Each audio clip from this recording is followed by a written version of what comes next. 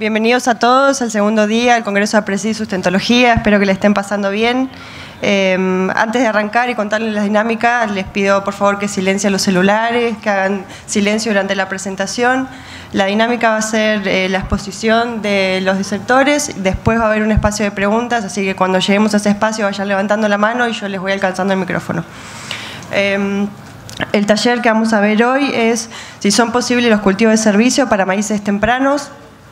Esto se enmarca dentro de la chacra Bragado Chivilcoy. Sistema Chacras nace de la preocupación del productor y la inquietud de plantear soluciones para mejorar su sistema de producción con soporte científico. Lo que nos distingue dentro del programa es una visión sistémica en el abordaje de los problemas y la forma de solucionarlos es a través del protagonismo horizontal, es decir, poner al productor y a la ciencia en el mismo nivel.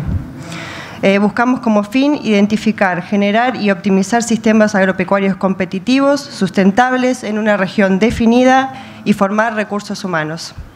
Quienes nos van a hablar hoy son Bernardo Romano, que es agrónomo general, licenciado en Administración Agropecuaria de la Universidad de Belgrano, productor y asesor agropecuario en Alberti Chivilcoy, socio de la regional Bragado Chivilcoy, tesorero de APRESID. Ignacio Alzueta, que es ingeniero agrónomo, especialista en cultivos de granos y doctor en ciencias agropecuarias por la Universidad de Buenos Aires, actualmente gerente técnico de desarrollo de la chacra Bragado Chivilcoy de APRESID. Primero lo dejamos con Bernardo, que va a hacer una introducción, y después Ignacio va a continuar con algunos datos. Gracias. Buen día a todos, muchas gracias por asistir. Nosotros les vamos a contar cómo nos fue en esta experiencia de tratar de probar y llevar a la práctica después al lote los cultivos de servicio. Nosotros hacíamos cultivos de servicio para maíces tardíos y teníamos, en campos de tercero, con lotes en sistema de siembra directa, en campos de tercero, rotación de intensidad teníamos de cultivos de 1,5, trigo, soja, maíz. Usábamos una notación balanceada de la rotación y en los últimos 10 años empezamos a intensificar cultivos con cultivos de cosecha y cultivos de cobertura para llegar a una intensificación 2-2.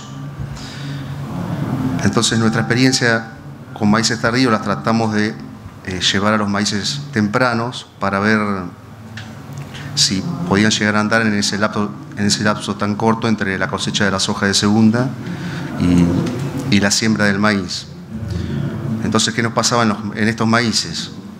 Sembrando vicia villosa y consociada con centeno, veíamos que disminuía la aplicación de nitrógeno entre 60 y 90 kilogramos de nitrógeno por hectárea, equivalente a 165 kilos de urea en promedio. Y en el cultivo subsiguiente, en el trigo que le seguía, nos ahorrábamos entre 30 y 40 kilos de nitrógeno, o sea, 75 kilos de urea de promedio, que en total nos ahorrábamos $95 por hectárea en nutrientes. Observábamos mejoras en la eficiencia del uso del agua y el nitrógeno y aplicábamos menos productos fitosanitarios, en este caso los residuales, como atracina, y ahorrándonos $45 por hectárea. Nacho, te dejo vos. Bueno, ¿qué tal? Buen día. Muchas gracias a todos por venir. Estamos con Bernie como el Pimpinel. Ayer estuvimos en intensificación, hoy los invitamos, son varios los que estaban ayer, así que gracias por venir y hacernos caso. Les voy a contar yo brevemente un poquito de lo que fuimos evaluando y qué resultados nos fue dando. Ahí tienen una foto en donde ven, al menos tenemos, ¿cuántas son? 8 especies. Esta la fuimos evaluando en forma individual, si se quiere, siempre bajo... no me está funcionando, ahí lo prendo, perdón. Venimos hace 3 años probando gramíneas mezcladas con leguminosas y crucíferas con un objetivo para cada una de esas especies: las gramíneas que nos aporten carbono, las leguminosas nitrógeno y las crucíferas, como hablábamos ayer para los que estuvieron, pensando en su sistema radical como una herramienta para poder romper la densificación subsuperficial principalmente. Hemos evaluado en forma individual y hasta este punto que llegamos, como ven acá, colzas, rabanitos, nabo, tréboles, cebada, trigo, vicia, centeno, El año pasado, si se quiere, llegamos al punto culmine de esto, que fue a hacer esas 9 especies en conjunto. La verdad que he venido teniendo buenas experiencias en este sentido. Hemos aprendido algunas cosas, por ejemplo, que no todas las crucíferas son iguales. Fíjense al mismo momento cómo está la colza, el nabo y el rabanito, la dimensión sobre todo que tiene cada uno de sus raíces. De esto, si quiere, que sacamos como conclusión nosotros a priori, por una relación entre el costo que tiene, los nabos y el rabanito son muy caros, más para las densidades que necesitamos. Observamos que la colza, a pesar de que su raíz por ahí es más chica, pero podemos incrementar la densidad con un costo más barato. Perdón. Sería la mejor alternativa dentro de las crucíferas. Estas crucíferas que evaluamos tienen un ciclo muy cortito y tenemos muy poca variabilidad, si se quiere, genotípica disponible en el mercado. Sin embargo, por el otro lado, la colza sabemos que hay más variabilidad genotípica y por ahí podemos apuntar algunas variedades invernales con requerimientos de vernalización que nos podrían venir muy bien para trabajar como cultivo de servicio. Bajo ese objetivo de romper el sistema de la densificación. Algo que observamos, yendo a maíz temprano, como bien les dijo Bernie, tenemos un periodo bastante acotado de tiempo, desde la cosecha de la soja de segunda hasta la siembra de los maíces tempranos hacia fines de septiembre, principios de octubre. Es que en esos 4 a 5 meses que tenemos disponible podemos alcanzar hasta casi 6 toneladas de productividad de materia seca. Como mostraba Steven ayer, el especialista de USDA, la verdad que mientras más biomasa tenemos, en general mejor podemos captar esos servicios de cobertura, hay mayor productividad radical, todo. Pero bueno, nos parece que la cantidad de biomasa que podemos lograr en tan corto tiempo, sobre todo muy concentrada en el mes de primavera que nos queda, que es prácticamente casi todo septiembre, es muy positivo. Piensen que medimos aportes de carbono de entre 300 a 400 kilos, lo cual sumado a los 800 a 900 kilos que nos puede dar un maíz de cerca de 12 toneladas, hace un aporte de carbono anual más que interesante, que puede estar muy en línea, digamos, puede estar en un balance más que positivo con el sistema. Pensando que en el sistema nuestro, este tipo de lotes están perdiendo alrededor de 1 tonelada de carbono anuales, más o menos. Si solamente hiciéramos el maíz, estaríamos apenas ahí alcanzando esos niveles. ¿Cómo nos fue con los rindes? Porque un poco, de hecho, lo mostraron ayer en la plenaria de cultivos de cobertura. Y la verdad que en el primer año que arrancamos tuvimos rindes que fueron similares entre lo que era el barbecho y las situaciones que venían de cultivos de cobertura. En el segundo año nos entusiasmamos muchísimo porque evaluamos 3 alternativas y estuvimos en promedio 1.600 kilos arriba del barbecho, con un pico en una combinación entre vicia, centeno y rabanito, que corregime Bernie, pero llegó a 2.200 kilos, una cosa por el estilo, por encima del barbecho, de nuestro testigo. Y el año pasado veníamos entusiasmados e hicimos esa combinación que les dije de 9 especies, después de la visita de Sara Sinclair de Francia, que estuvo como oradora el año pasado en APRESID. Nos entusiasmó, ellos tenían experiencia con 15 especies que utilizaban y bueno, nosotros conseguimos 9 y llegamos hasta ese punto, 3 gramíneas, 3 crucíferas y 3 leguminosas. Lo plantamos y después Bernie le va a dar un poco más de detalle cómo fue el método que lo hicimos. Y la verdad que tuvimos un resultado apenas negativo el año pasado, pero que estuvo explicado principalmente más que por el consumo de agua, si se quiere, porque la verdad que cuando sembramos los cultivos teníamos los perfiles totalmente llenos, que por ahí es lo primero que uno puede pensar. Nos tocó una helada, si mal no recuerdo, fue el 24 de noviembre, una helada no muy intensa, pero una helada tardía, al fin.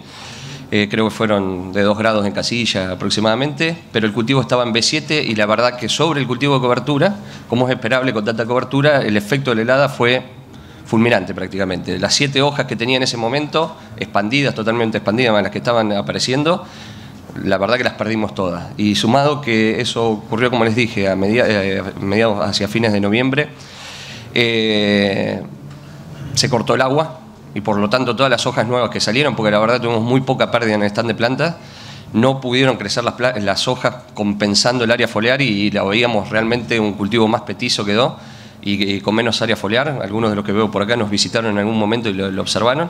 Pero sin embargo nos sorprendió un poco el resultado final porque a la vista lo habíamos visto que parecía que iba a haber mucha diferencia a favor del barbecho después del evento este de helada tardía que les comento.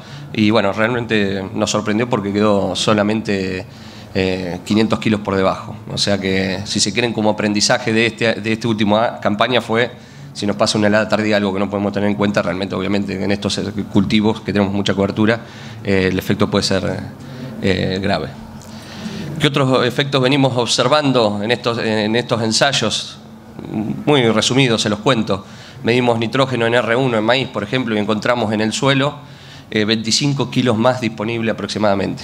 Dependiendo del año, un poco más, un poco menos, pero en promedio en R1 del maíz, donde se está definiendo el rendimiento del cultivo, 25 kilos más disponible de nitrógeno contra la situación de barbecho, ¿no? Y en el cultivo de trigo previo posterior encontramos 15 kilos de nitrógeno más que en la situación de barbecho también. O sea que nos está liberando nitrógeno en el cultivo posterior, por lo tanto nos permitiría ahorrar en este cultivo y en el siguiente, algo de nitrógeno en el sistema. Fuimos con Bernie, no sé si lo conocen, pero hicimos el método de estallido, que es sacar un bloque de 20 por 20 por 20 y desde la altura del pecho, más o menos 1,5 metros, tirarlo sobre una tabla y una lonita como está ahí. Separamos los agregados en diferentes tamaños, de acuerdo al tamaño, de menos de 1 pulgada, entre 1 pulgada y 2 y más de 1 pulgada. Lo deseable es que el grueso, si ustedes se imaginan un suelo que viene de un pastizal o una pastura en muchos años, todos los agregados se van a partir en menos de 1 pulgada, van a ser muy chiquititos. Bueno, lo que uno busca es que haya muy poca cantidad de agregados de más de 10 centímetros o de 3 pulgadas. Y lo que hicimos en barbecho contra la combinación de las mezclas de cultivo de cobertura fue hacer esto y encontramos una menor proporción de bloques densificados, que son esos bloques de mayor tamaño, como les decía. Y eso fue un efecto inmediato. La verdad que bueno, nos sorprendió en ese momento. Lo que creemos, hay que seguir evaluando este tipo de cuestiones, pero bueno, que seguramente eso también se debe revertir bastante fácil. Sí, con muchos años de aplicar este tipo de sistemas, seguramente ese efecto va a ser marcado, digamos, en el tiempo y va a ser más estable. Otra cosa, esto que nos dio una mano Martín Marcetti de REM, utilizando el EIQ de la Universidad de Cornell de Estados Unidos para evaluar el impacto ambiental del paquete de herbicidas que estamos utilizando. Estamos reduciendo mucho el uso de herbicidas, a punto tal que ya, como les adelantó Bernie, estamos prescindiendo totalmente de los preemergentes. No estamos aplicando nada de residuales. La cobertura, la verdad que nos está funcionando muy bien, la cobertura de esta multiespecie, cubriendo todo el periodo del ciclo de cultivo.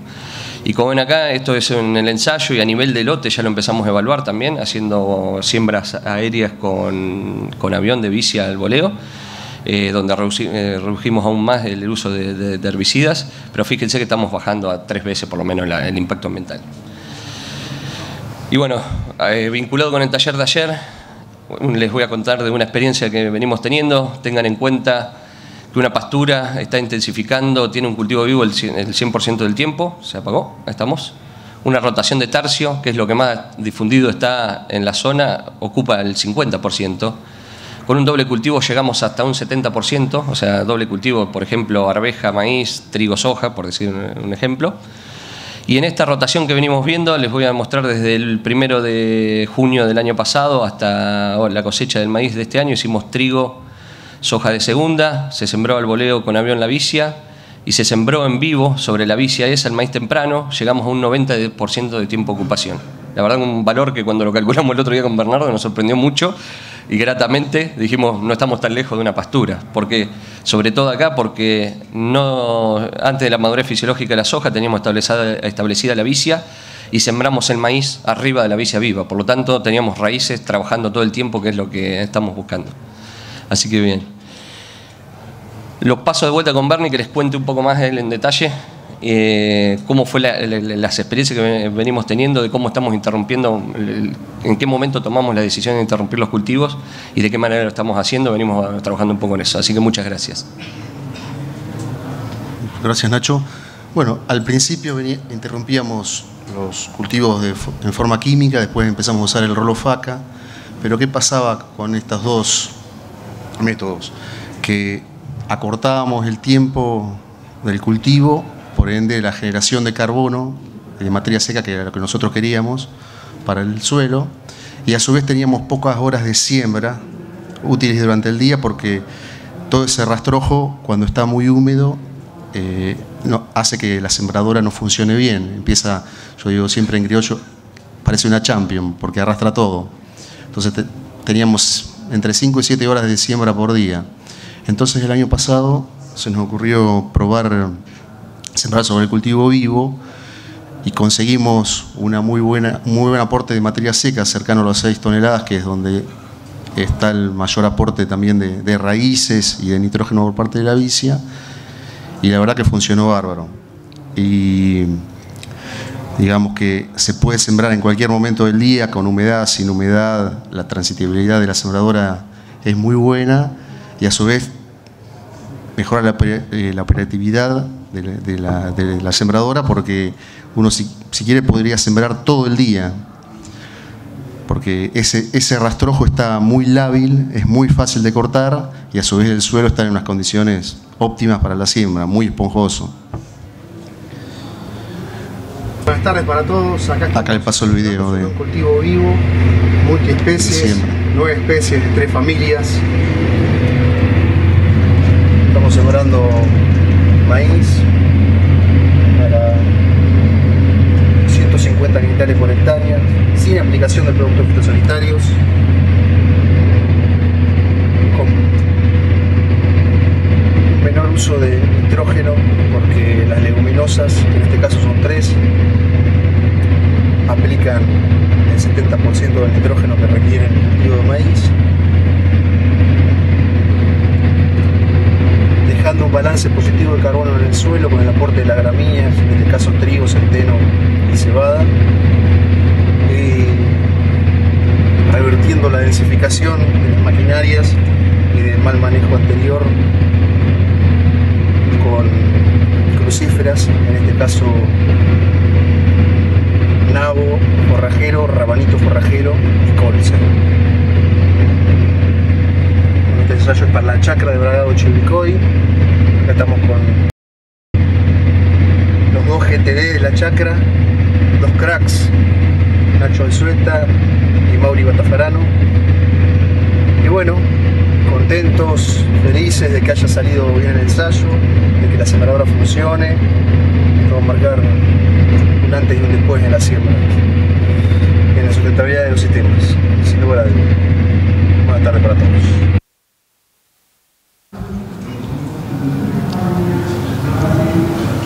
Y bueno, acá están las ventajas, ¿no?, que les decía en el principio de estas siembras.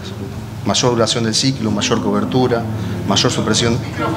Perdón, las ventajas de las cuales le había hablado: mayor duración del ciclo, mayor cobertura, mayor supresión de malezas, mayor aporte de nitrógeno, y lo que sí es excluyente, que haya excelentes condiciones hídricas, ¿no?, de humedad para poder sembrar. Y como conclusiones, bueno, con esta intensidad de rotación viene mejorando de forma sostenible el carbono orgánico de los primeros centímetros del suelo, hay incremento de la actividad biológica debido a la cantidad y diversidad de raíces, mejoras en la estructura y consecuentemente sobre la infiltración, la capacidad de retención de agua, disminución del impacto ambiental por la menor aplicación de productos fitosanitarios y nitrógeno químico. Por ende, es mucho más fácil de conseguir la licencia social para seguir produciendo alimentos, fibras y energía. Se controlan malezas resistentes, se disminuye la brecha de producción entre lo alcanzable y el potencial, se incrementa la rentabilidad del negocio a mediano y largo plazo, y en definitiva, bueno, lo que buscamos todos, potenciar los beneficios del sistema de siembra directa. Muchas gracias.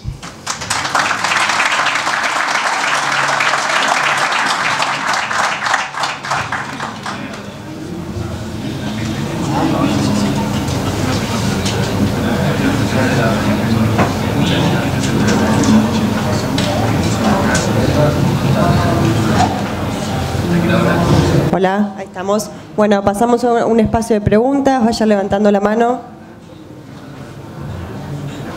Dos preguntas. Primero, ¿cuándo mataron la vicia esa sembrada, cuando sembraron vivo? ¿En qué momento? ¿Con qué? ¿Es excluyente esta siembra cultivo de cobertura ya multiespecie o es en los maíces tempranos?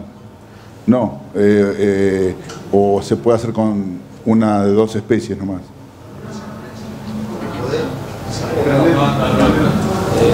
No andan estos, están prendidos. Gracias, Andrés. Como poder se puede, pero en los ensayos que hemos tenido ya desde 3 años a la fecha, el mayor rendimiento se logra con 3 especies. O sea, con una crucífera, una leguminosa y una gramínea. Se ve que se complementan, sinergizan las ventajas de cada una, ¿no? A ese cultivo lo quemamos 10 días después de haberlo sembrado con glifosato y dicamba y extremo. Sí. Pero no tiene más que eso el lote.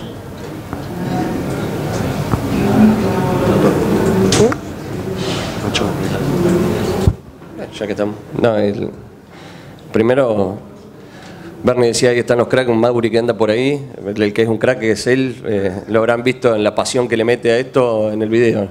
Creo que había andado medio como viralizado, entre comillas, ¿no? Dentro de nuestro rubro. La verdad que le mete mucha pasión y siempre yo estoy muy agradecido de laburar con Bernie en estas cosas porque es muy motivador desde ese lado. Se le ocurren muy buenas ideas y vamos atrás de eso en general.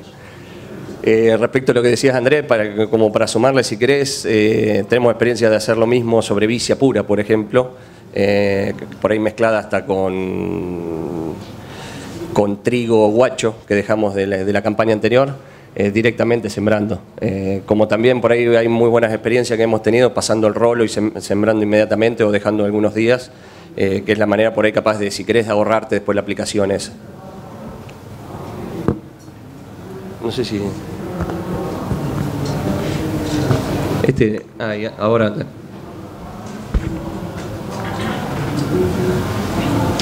Buen día. ¿Han medido consumo de agua de esos cultivos de cobertura? Sí. ¿Me escuchan ese? Sí, hemos medido. Un poquito, como decía Bernie ahí, en los últimos años la verdad que tuvimos condiciones hídricas, si se quiere, que están de lo normal por exceso, digamos. Y cuando medimos habitualmente en ese momento, por ejemplo, la siembra teníamos entre 30 y 40 milímetros menos que la situación barbecho, sobre todo la diferencia en el primer metro, lo cual la verdad que no nos preocupa mucho. Nosotros en la zona nuestra, desde ahí, no sé, principio de octubre, pongamos a que la demanda del maíz empiece a ser más fuerte a mediados de noviembre y demás, tenemos la posibilidad de recargar el perfil sin problemas. De hecho, Bernie, corregime, pero hasta en esta siembra estábamos casi igual, en este caso, puntual el del video.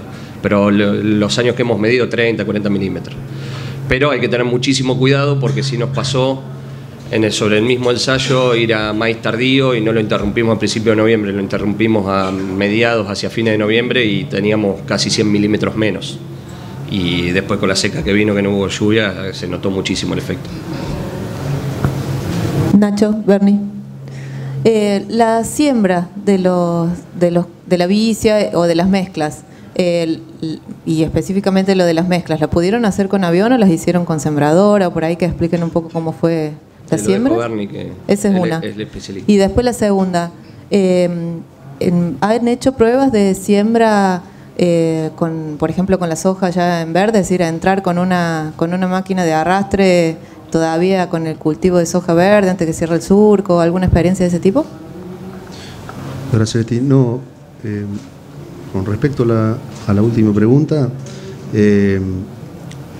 solamente al voleo con vicia y centeno, no la triple. Ese ensayo está sembrado con sembradora específicamente, porque como eran muchas especies, era medio complicado y por la fecha también, porque no se sembró en mayo, digamos.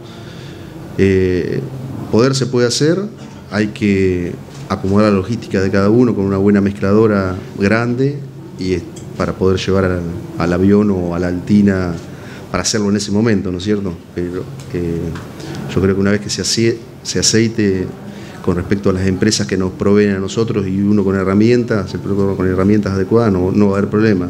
De hecho ya hay muchos semilleros que están vendiendo mezclas de 2 o 3 especies, no están poniendo la crucífera todavía, pero calculo que la campaña próxima ya irá a estar. Y la otra pregunta, ¿cuál era? No, contestaste, me parece que contestó todo. Listo. Sí, probablemente sumando a eso las crucíferas sea más complicado el voleo, me imagino, ¿no? Por el tamaño de semilla y demás, ¿no? Como los tréboles en el caso de utilizarlo. Sí. Con respecto a la temperatura del suelo, ¿tuvieron que atrasar la fecha de siembra del maíz como para lograr un buen nacimiento? No, la temperatura del suelo, lo que hemos medido nosotros es que toda esta cobertura le da mucha estabilidad. Por ejemplo, los días muy fríos, digamos que no cambia para abajo la temperatura del suelo, se mantiene con esa cobertura. Estaba en ese momento, en el momento que sembramos, tenía 15 grados de temperatura. Donde no tenía cobertura, los primeros centímetros cuando hacía frío, bajaban a 8 y ese quedaba en 15 todavía.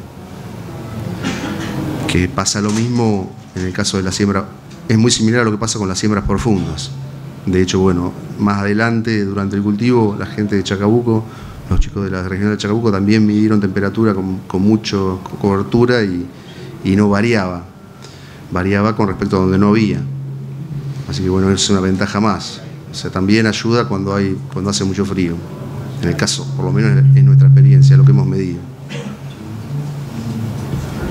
No sé. No, pues, acá me decían por acá que no sé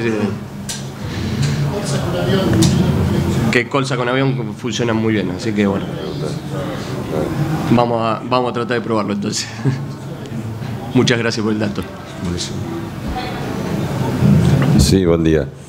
Cuando ustedes usan todas estas especies, ¿se han planteado, digamos, el objetivo de usar las tres o más especies, o se plantean el tema de que la necesidad de cultivo de cobertura puede estar dada por el lado de nitrógeno, por el lado de suelos con elementos para profundizarlos, o el aporte de carbono?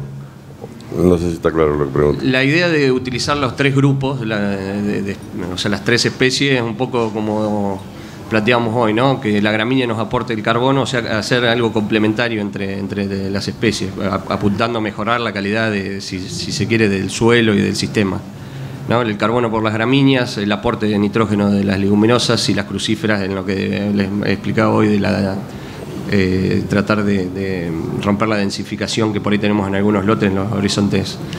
Y utilizamos, digamos, 3 especies mínimos veníamos utilizando, y después fuimos por estas 9, pensando en la complementariedad, pero la verdad que por ahí encontramos más complicaciones, si se quiere, que beneficios, por lo menos en la primera observación que tuvimos. No quiere decir que por ahí esos diferentes tipos de crucíferas, por ejemplo, que mostraban, seguramente aportan cosas diferentes.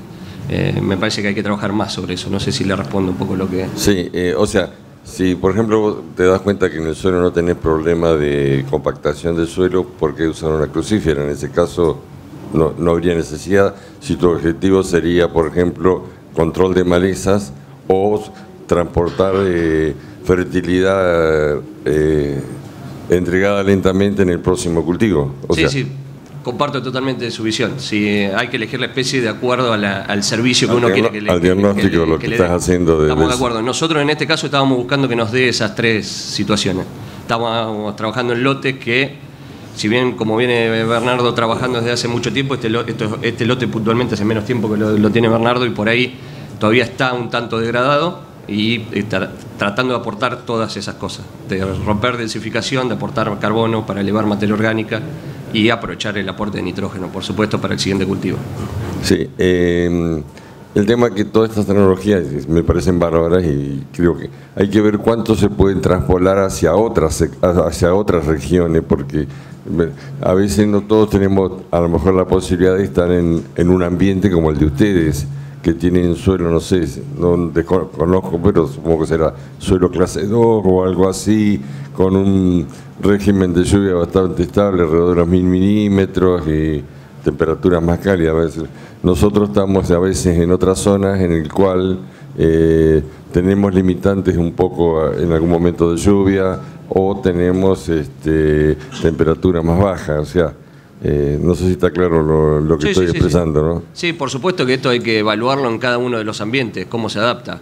Pero, a ver, de las primeras experiencias o de donde más experiencia hay, por ejemplo, de cultivo de cobertura en la zona de La Pampa, la gente de Intanguil, Beto Quiroga y demás, vienen trabajando hace muchísimos años con muy pocas precipitaciones y de hecho utilizándolo como una herramienta para mejorar la captura de esas precipitaciones. Ahí es donde, más que empezar en cantidad de biomasa como estamos pensando nosotros, piensan en decir, bueno, cubro el suelo para reducir erosión, me entra agua, lo corten, lo interrumpen antes, o sea, hay un montón de variables para manejar para poder implementar esto en zonas más restrictivas seguramente. Claro, a veces es un poco el temor en algunas otras zonas donde tenemos un régimen de lluvia un poco más bajo que tal vez el de ustedes, entonces a veces nos da un poco de miedo el tema de los cultivos de cobertura, cuando a veces pensamos que después de hacer un cultivo de cobertura, y eso es a lo que me gustaría que fueras, que después de hacer un cultivo de cobertura parecería que el nivel de agua en el suelo disponible es muy parecido que sí, en nuestra zona. A ver, esto está medido en los trabajos de La Pampa y todo. De hecho, muchas veces utilizando cultivo de cobertura, interrumpiéndolos en el momento indicado, los niveles de agua son mayores que si no lo tienen.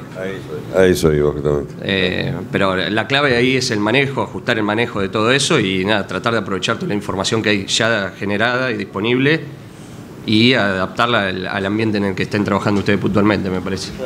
Sí, y seguir probando, ¿no? O sea, si uno tiene un fracaso en un año por una sequía, por una siembra tardía, por alguna inclemencia climática, seguir probando, porque ese año que perdemos en no probar, en no ensayar, es conocimiento que perdemos y tiempo que perdemos que es muy valioso, ¿no es cierto? Pero seguramente que lo va a poder hacer en su campo. Sí, ¿qué tal? Buen día. Siguiendo un poco la pregunta del señor del tema que estamos en zonas distintas, yo estoy en Entre Ríos, en la zona sudeste, y por ahí nosotros cosechamos la soja en abril y para sembrar un maíz tenemos nuestra fecha óptima primeros 15 días de septiembre. Quería saber si tenías ensayos probando, porque tu ciclo de la vicia para quemarla o rolarla son de 5 a 6 meses aproximadamente, siembran los maíces en octubre. ¿Has probado en 4 meses de ciclo de la vicia, teniendo en cuenta que la vicia tiene un porcentaje más o menos de un 3,5% en kilogramos de nitrógeno sobre la materia seca, según datos de estudio? No sé, en 4 meses de ciclo, ¿qué tanto aporte en materia seca te puede llegar a dar la vicia como para en ese momento quemarla y yo tener por lo menos unos días para recargar el perfil y sembrar maíz? Y ahí en ese caso lo que tendrías que hacer es foliarla con avión en R5. Entonces le ganás, primero que nace rapidísimo la vicia, no, la cosechadora lo único que hace la corta un poquito, pero no la hace, y la tapa un poco, pero a los 15 días ya la vicia ni se da cuenta y la vas a tener muy desarrollada cuando vos la tengas que cortar para recargar agua. Por lo menos creo yo humildemente que a 3 toneladas de materia seca va a poder llegar y ya eso es un muy buen aporte. O sea, Nachito, ¿qué opinas vos? Sí, nada, ten en cuenta nosotros lo que vemos, y creo que bueno, cualquiera que haya hecho vicia lo que vio es que realmente el periodo invernal la producción de materia seca es bajísima y se concentra la gran producción en los últimos 15 días previo a esta siembra, 15 días, un mes. O sea, vos me estás hablando de septiembre, un poco más al norte, yo pensaría que vos lo vas a tener el pico de crecimiento entre el 1 de septiembre, por imaginar, una fecha poniendo, y ese 15 de septiembre. Y el tema de la recarga que planteabas, nosotros lo que estamos jugando acá es consumir no mucha agua si querés, o darnos la licencia de consumir cierta cantidad de agua que después sabemos que las precipitaciones nos lo reponen con ya el cultivo en pie, digamos. Pero no vas a poder dejar un periodo importante de recarga, no sé si soy claro con eso. O sea, vas a tener que jugar con casi que lo que más y la sembrás prácticamente, yendo al extremo la situación esta de sembrarlo en vivo, digamos, ¿no? No creo que puedas... por allá andaba mirando por ahí. No creo que puedas, digamos, jugar mucho con la recarga esa. Yendo a maíz temprano, por supuesto. Si vas a maíz tardío ya es otra cosa, ya pensás, extendete un poquito el ciclo y tenés un mes y pico o más para recargar. Listo, gracias.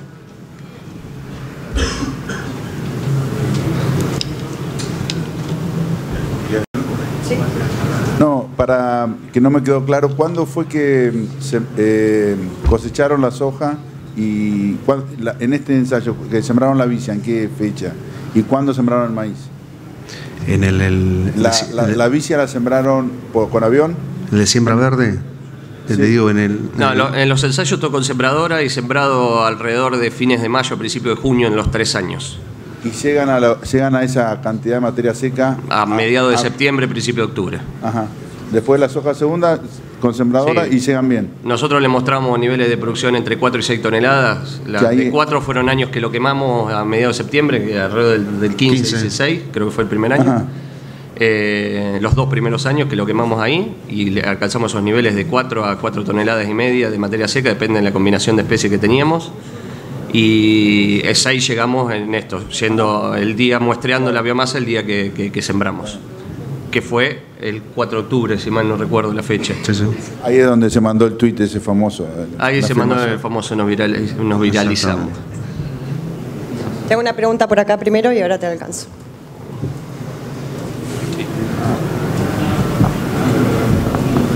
Disculpe, buen día. No sé si no lo escuché, creo. ¿Cuántos kilos de vicia con avión para tirar en R5? Entre 17 y 19 kilos. Y el nacimiento es tremendo, pero no bajaría de 17 kilos, por lo menos en nuestra zona. Bien, listo. A eso en general lo hacemos, como decíamos, sin ninguna aplicación de herbicida ni nada, dejando todo lo que es el trigo o cebada, guacha que queda de la cosecha de la campaña anterior, digamos. Bueno, primero felicitaciones porque la verdad que emocionante. Cuando vi ese video, la verdad que una locura.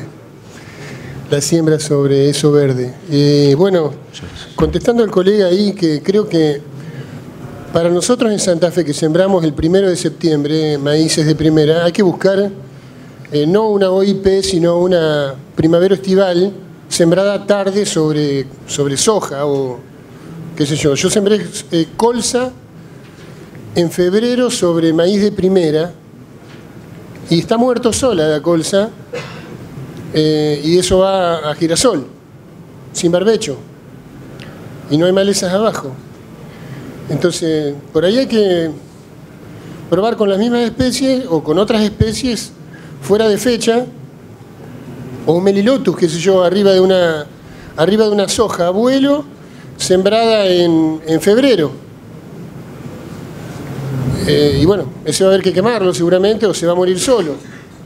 No, indudablemente un poco. Pero, bueno. Concuerdo con vos con lo que decís, lo que planteaba Bernardo. Hay que ir en cada zona evaluando y tratando de tener estas experiencias. Pero para eso está muy bueno ahora la red de cultivos de servicio del sistema Chacras de APRESID, que está este año. Hay, corregime Flor, pero son 9 sitios. 14, mira, me quedé corto. Había 9 mínimo, me acuerdo cuando arrancó el plan, así que muchos se sumaron. Mucho mejor todavía, que están evaluando un montón de, creo que son 16 tratamientos diferentes entre especies puras y mezclas en todo el país. Y ahí va a salir información riquísima, seguro, para cada zona. Nosotros en nuestra zona ya tenemos bastante claro, por ejemplo, los tréboles no lo podemos utilizar y usted más al norte seguramente una buena alternativa para utilizar. A nosotros no lo hemos evaluado y no nos da resultado. Por el corto periodo, sobre todo por la implantación más lenta y demás. Pero lo que vos decís, o sea, hay alternativa, hay que buscarle la vuelta y siempre para ir a maíz temprano, que si crees que es muy condicionante la fecha esa, tiene que haber alguna especie que se adapte seguramente en cada situación y mucho combinando con el método de siembra, como vos planteás, al voleo, sea con avión o con alguna fertilizadora al voleo, lo que sea. Yo creo una alternativa viable en cualquier zona se debe poder aplicar y tener en cuenta lo que plantea el señor de la disponibilidad hídrica siempre como herramienta, ¿no? Bueno, tenemos tiempo para una última pregunta cortita.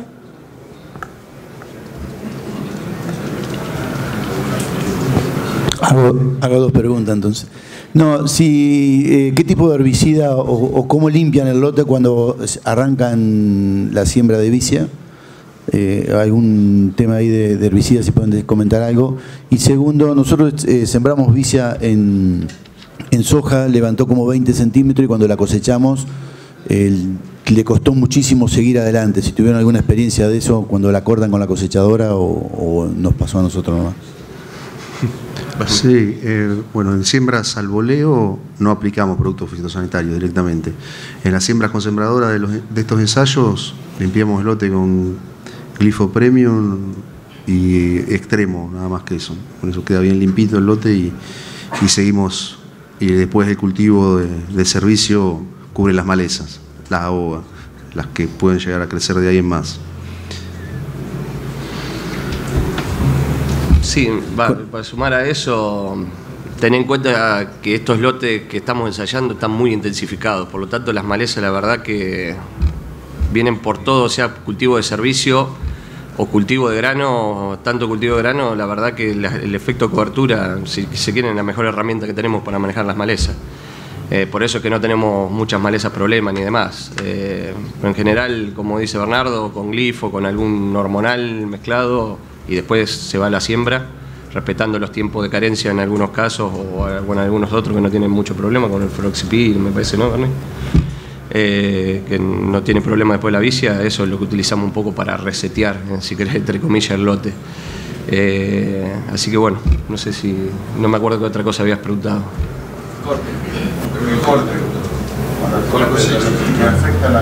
El corte de la cosecha. Ahora que decís, cuando sembramos con avión y se cosechó, nos dimos un susto bárbaro. Pensamos que no habíamos perdido el cultivo y la verdad que después rebrotó y bueno, se siguió adelante el ciclo y tuvimos muy buena cobertura y todo hacia la primavera. No tuvimos inconveniente con eso. No sé, Barney, si tenés algo para sumar en eso, pero... Sí, asusta con la distribución del rastrojo, que la tapa toda, pero no se pierden, por lo menos allá las plantas no se pierden. Y al mes ya ni te das cuenta de que pasó la cosechadora. Al principio nos asustamos, lo reconozco. Lo fuimos a ver y...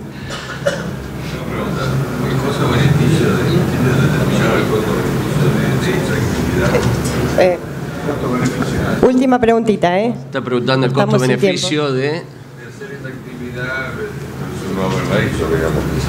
En cuanto a costo de número. El número, sí.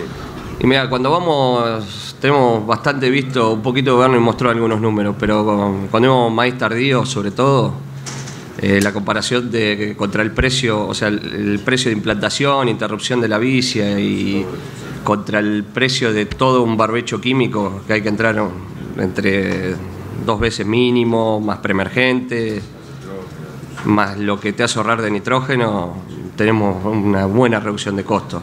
De hecho, en las planificaciones actuales, sacando solamente el barbecho y comparando con el costo, estamos por lo menos $30 abajo con el costo del cultivo de cobertura, por lo menos, contra el barbecho. Después le podés agregar una reducción en el nitrógeno. Si le reducís que podés no aplicar un preemergente, por ejemplo, los números empiezan a ser mucho más interesantes. Tenés diferencias que pueden llegar, no sé, habíamos calculado en algún momento, pero entre $80, una cosa por el estilo. Sí, en el caso específicamente, el cálculo es que tenés un 14% de renta de esta técnica aplicada en los maíces tempranos, en nuestro caso. Bueno, muy bien. Muchas gracias a todos por participar. Agradecemos al panel. Gracias.